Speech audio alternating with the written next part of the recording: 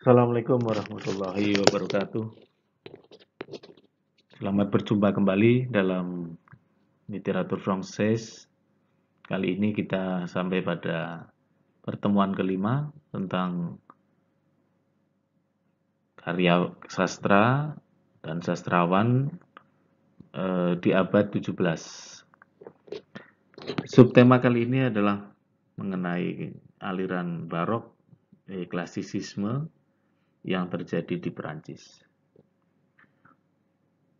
Pada gambar di bawah ini kita lihat ada perwujudan dari lukisan-lukisan yang menggambarkan era barok, dan di samping sebelah kanan ini adalah potret lukisan dari Louis XIV yang merupakan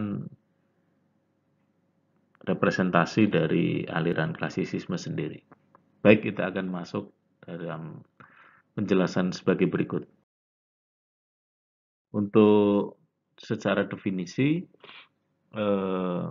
aliran barok dan klasisisme itu sendiri adalah merupakan aliran yang mendominasi Eropa pada abad ke-17. Tidak hanya pada karya sastra, tapi juga aliran ini menjangkau di seni lukis, patung, seni musik, maupun seni pahat. Jadi aliran ini sangat berkembang dan mempengaruhi di semua seni yang ada di Eropa pada saat itu. Baik, kita mulai dulu. Yang pertama mengenai aliran seni barok. Aliran seni ini ada di Prancis sejak pemerintahan Raja Henri IV. Raja Henri IV ini termasuk salah satu raja yang dikenang karena berhasil menyatukan antara kaum Protestan dan Katolik ya. Nanti kalau di sejarah ada yang hidup antara 1598 sampai 1610. Adapun barok itu sendiri lebih pada aliran seni yang mengutamakan imajinasi, gaya yang mewah, berlebihan, dan unsur irasional. Ya. Ada unsur imajinasi artinya melibatkan daya hayal yang membuat karya ini nampak menjadi lebih istilahnya itu berlebihan gitu ya. Jadi misal ada gambar, ada pangeran, ada apa, putri, tapi juga di situ ada malaikat, apa-apa. Nah itu dilukis dengan gaya yang mewah, ada detail-detail, ada ornamen-ornamen, sehingga memunculkan efek yang agung ya. Dan juga ada unsur irasional, nggak masuk akal. Mitologi-mitologi juga bisa masuk ke situ. Nah, seni barok ini cenderung berkembang di bidang seni lukis, sketsa, karena dua seni ini sendiri memiliki unsur-unsur seni yang sangat digemari dan bisa menampilkan unsur kemewahannya. Contoh para pelukis yang berhasil mengabadikan karya seni untuk aliran barok ini adalah Peter Paul Rubens dan sketsa ciptaan Jacques Caillou. Kita akan lihat beberapa karya seni lukis yang berhasil dibuat oleh kedua seniman ini. Yang pertama mengenai Adoration des Mages, ada pelukis Rubens juga yang menggambarkan kelahiran. Nah, di sini gambar seninya itu sangat-sangat detail. Ada gambar ibu membawa anaknya, ada orang yang sedang mengunjungi, tetapi juga ada unta di sini. Ada orang-orang dari jauh ini. Ada orang-orang yang memakai topi, yang ada yang memakai sorban. Jadi perwujudan dari berbagai macam bangsa ada di dalam lukisan itu. Kemudian ada juga cerita mengenai Samson e Delila, di mana ini merupakan satu cerita turun-temurun ya, baik dari negeri zaman di Israel itu juga ada, maupun di Yunani. Nah ini Samson e Delila itu sendiri diabadikan dalam lukisan ya, bahwa seorang yang sangat kuat itu bisa takluk pada seorang perempuan. Nah ini digambarkan semacam ini. Nah, tapi juga di samping lukisan ada gambaran lain, ada prajurit yang sedang mengintai. Mungkin ini akan setelah lelaki Samson ini kalah akan ditangkap. Nah, itu perwujudan dari ketidakberdayaan laki-laki di tangan perempuan. Nah, itu mungkin semacam itu. Lagi cerita mengenai Prometheus Supplicie, ya. Ada ini mitologi tentang burung Garuda juga di sana. Ini digambarkan, ini cerita-cerita mitologi ya di sini. Kemudian Rubong juga membuat penggambaran yang menarik mengenai bagaimana Yesus itu diturunkan dari tiang salib. Dan yang di sisi pojok ini ada seorang perempuan yang rambutnya berupa ular yang biasa disebut Medusa. Nah, ini dia menampilkan satu kondisi bagaimana dia terpenggal kepalanya sampai matanya melotot, dan ini ada unsur imajinasi dan irasional yang tampak sekali ya. Ini adalah contoh-contoh dari Rubong. Berikutnya kalau kita lihat juga dari Zakayo, kita lihat bagaimana dia menggambarkan kondisi waktu perang. Ada banyak orang tergantung di sini. Suasananya sangat dibuat mencekam. Gambar yang lain juga mengisahkan tentang bagaimana penderitaan orang-orang di waktu perang. Ada yang sampai digantung, dibakar gitu. Kemudian ini para perempuan dikejar-kejar. Ya, ini. Kemudian ada juga hukum gantung atau hukum pancung di sini. Ya, ini bagaimana keadaan pada waktu itu, di mana perang itu menimbulkan kesengsaraan. Digambarkan dengan sketsa yang sangat detail dan juga ada unsur penambahan-penambahan ya. Nah ini gambaran masa lalu mengenai orang-orang Bohemian, orang-orang yang menggelandang, hidup dari satu tempat ke tempat lain.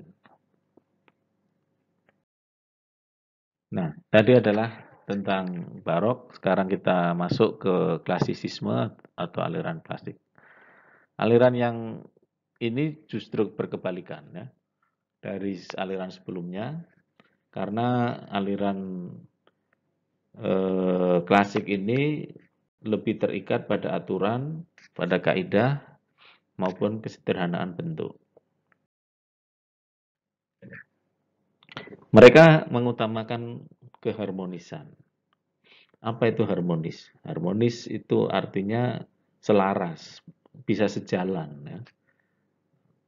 Dan ada pembagian keselarasan itu, yaitu keselarasan seniman dengan lingkungannya, bagaimana seniman itu juga bisa selaras dengan penguasanya, dan bagaimana pikiran pengarang atau seniman itu selaras dengan ekspresi ya.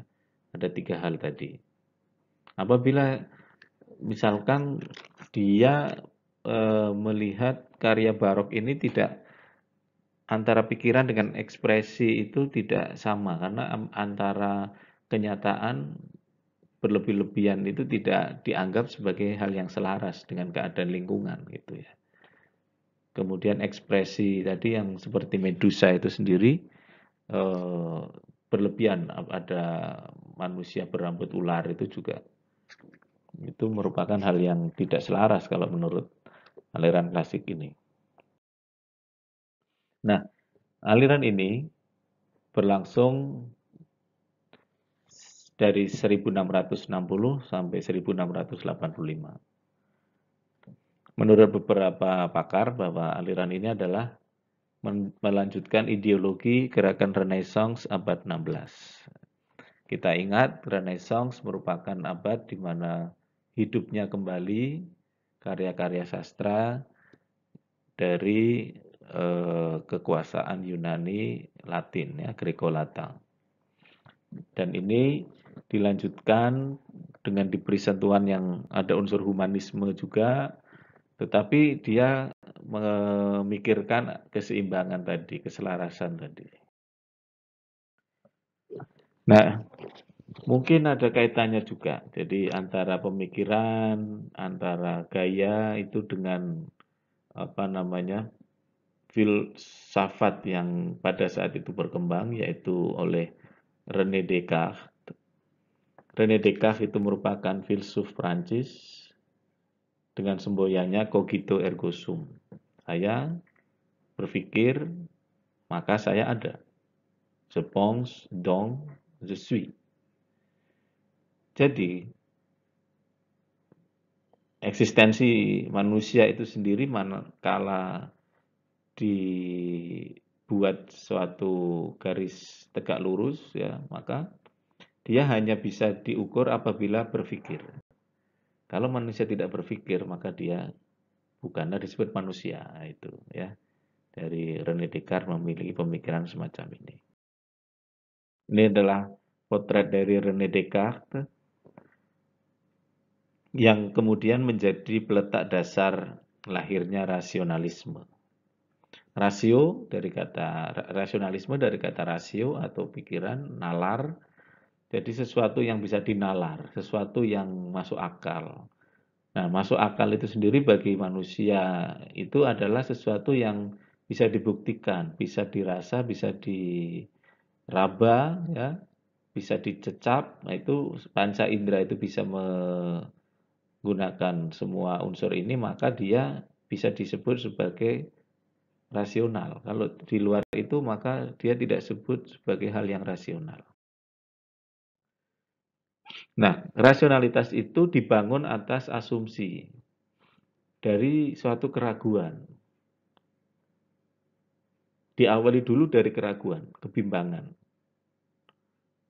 Setelah bimbang, manusia akan berusaha berpikir bagaimana jalan keluar dari mengatasi masalah itu. Dengan demikian, setelah mengalami kebimbangan dan pemikiran, dia akan menemukan solusi. Nah, oleh karena itu, dengan solusi itu maka dia ada terhadap apa yang selama ini dipikirkan, ya. Oleh Shakespeare ini ditulis dalam sebuah sajak yang bagus mengenai keraguan ini. Dia mengatakan bahwa sangsikan bahwa matahari itu panas. Sangsikan bila bumi itu bulat. Namun jangan sangsikan cintaku padamu. Wah, itu ya. Itu kalau orang puisi semacam itu dengan keraguan. Nah, itu oleh Shakespeare itu diambil semangat dari kebimbangan Descartes ini dalam karyanya ya. Oke, kita lanjutkan. Bertolak dari pemikiran Descartes tersebut lahirlah rasionalisme atau paham ya. Isme adalah paham. Paham yang mendasarkan segala macam tindakan manusia itu atas kekuatan logika atau rasio. Nah, ini berbeda dari bagaimana pada abad-abad sebelumnya di mana yang bermain itu adalah pihak-pihak agama, di mana agama itu meletakkan diri pada keimanan. Sementara keimanan itu sendiri tidak dibangun oleh keraguan. Itu bertolak belakang ya. Kalau rasionalitas dibangun atas keraguan di awal, kemudian baru ada proses berpikir, baru ada kesimpulan. Ya. Tapi kalau dalam agama itu sendiri, yang diutamakan dulu adalah percaya, iman dulu ya. Keimanan, baru merasakan, membuktikan, baru kemudian dia baru meyakini. Itu yang membedakan.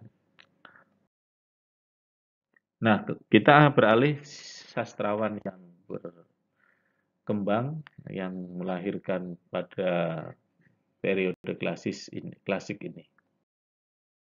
Pertama, Pierre Corneille. Pierre Corneille merupakan satu sastrawan yang terkemuka di Prancis, yang lahir 1606 dan meninggal pada 1684. Ia dilahirkan di Rouen, Normandie pada 6 Juni 1606. 1606 ya, nomor cantik ini.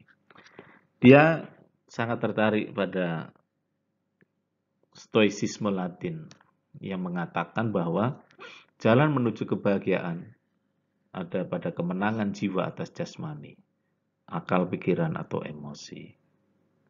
Artinya bahwa yang ada di dalam itu lebih kuat daripada yang nampak di luar. Jiwa kita yang kuat akan bisa mengatasi kendala yang ada di dalam fisik. Ya. Mungkin itu sama dengan bagaimana kita menyikapi keterbatasan manusia untuk belajar secara tatap muka, itu bisa dilawan ya dengan bagaimana menyikapi itu untuk belajar secara online misalkan. Yang penting adalah jiwa kita bebas, pikiran kita tetap terkontrol dan emosi kita stabil. Maka dengan jalan itu kita bisa meraih kemenangan. Ya. Ada kebahagiaan ya.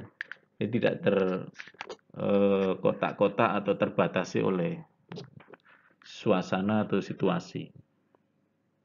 Ya, Pierre Corneille itu sendiri sebetulnya ingin menjadi pengacara, namun ia lebih memilih suara hatinya agar menjadi sastrawan. Berikut adalah beberapa karir yang dipentaskan. Salah satunya adalah mementaskan Melite, drama pertama di Paris. Bersama rekannya, Boisrobert, Colette, L'Estoile, et Rotrou, mereka membentuk 5 penulis ya, atas Kardinal Richelieu. Nah, Kardinal Richelieu ini penasihat kerajaan pada masa Louis XIII atau Louis XIII yang fungsinya sangat kuat seperti Perdana Menteri ya. Ya, kelima orang ini bertugas melahirkan karya-karya drama yang inspirasinya dari Richelieu itu sendiri. Kemudian pada tahun 1637 ia mementaskan drama tragik komedi ya, yang berjudul Le Cid. Dia meraih sukses besar sehingga dianugerahi gelar bangsawan oleh Raja Louis XIII. Berikutnya tahun 1640, drama yang berjudul Corneille, yang berjudul Horace et Cinna dipentaskan. Pada tahun itu pula ia menikahi Mademoiselle de Longpierre. Berikutnya pada tahun 1647, ya berarti usia 41 tahun, ia diangkat menjadi anggota Académie Française. Académie Française merupakan satu perkumpulan dari orang-orang yang memelihara bahasa Perancis, yang memikirkan perkembangan bahasa Perancis seperti Dewan Bahasa semacam itu, menentukan bagaimana aturan, penulisan, kosakata itu diatur untuk bahasa Perancis. dan dia menjadi anggota. Artinya dia memiliki kontribusi yang besar ya, dianggap berjasa pada masa itu. Kemudian pada tahun 1647 ini drama yang berjudul Heraklius dipentaskan tidak lama setelah itu. 1659 ia mementaskan Oedip ya, dalam bahasa Indonesia disebut Oedipus ya. Dan pementasan ini menandai kesuksesannya setelah absen untuk berteater sekian lama. Nah, ada yang berbeda dari beberapa aliran-aliran sebelumnya. Di mata Corneille, hero atau pahlawan itu tidak selalu bersifat positif. Ada kalanya seseorang itu bisa menjadi jahat atau monster jika perbuatannya mencerminkan kekejaman dan kebiadaban. Bagi Corneille, batasan sifat baik dan buruk sangat tipis. Tokoh baik bisa berbuat jahat, dan sebaliknya dalam diri tokoh yang jahat apapun pasti ada kebaikan. Artinya, Corneille melihat bahwa di dalam dua sisi manusia ini ada potensi yang mana bisa dikembangkan ya. Dia melihat unsur manusia itu memiliki keagungan, memiliki kemerdekaan sehingga bisa menentukan apakah ia akan menjadi jahat atau menjadi baik. Nah, dia adalah penentu bagi nasibnya sendiri itu menurut konsep Corneille terhadap pahlawan. Nah, kesuksesan ini sayangnya tidak berbanding lurus dengan masa tuanya. Artinya ada beberapa hal yang membuat kehidupannya terasa sangat menyedihkan. Ada putranya yang gugur, ya. Kemudian secara ekonomi juga tidak baik, ya. Ini adalah satu dilema dalam keadaan di masa tua. Namun demikian, sebelum meninggal, karya-karyanya kembali dipentaskan di Istana Versailles, ya.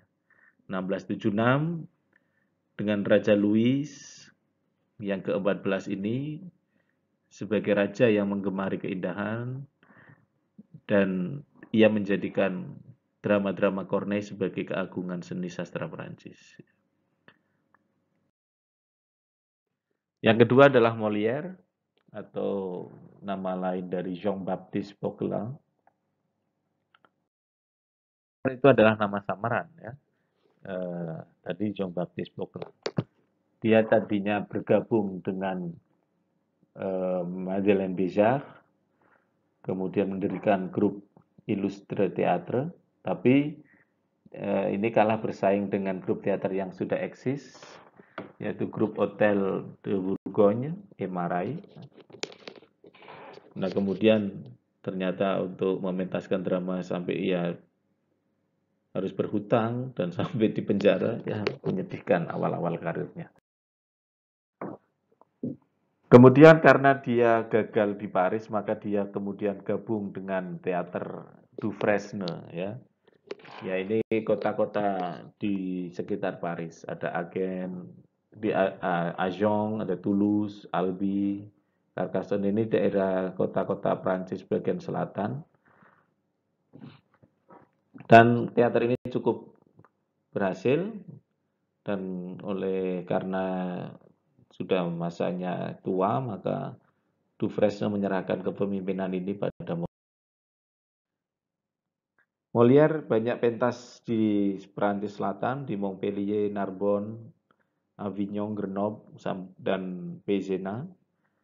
Dan kemudian 1658 dia mulai mendekati Paris kembali.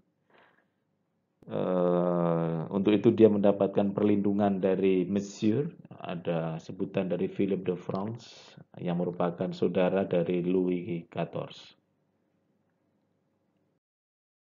Kemudian Molière mengubah Théâtre du Fresne menjadi La Troupe du Monsieur atau grupnya Tuan ya.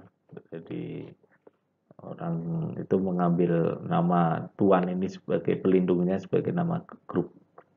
Beberapa naskah komedi ada Dr. Amoureux, Precious Ridicule, ini mengawali kesuksesan dari Molière. Kemudian tahun 1660 ia mementaskan kembali komedi Snarel,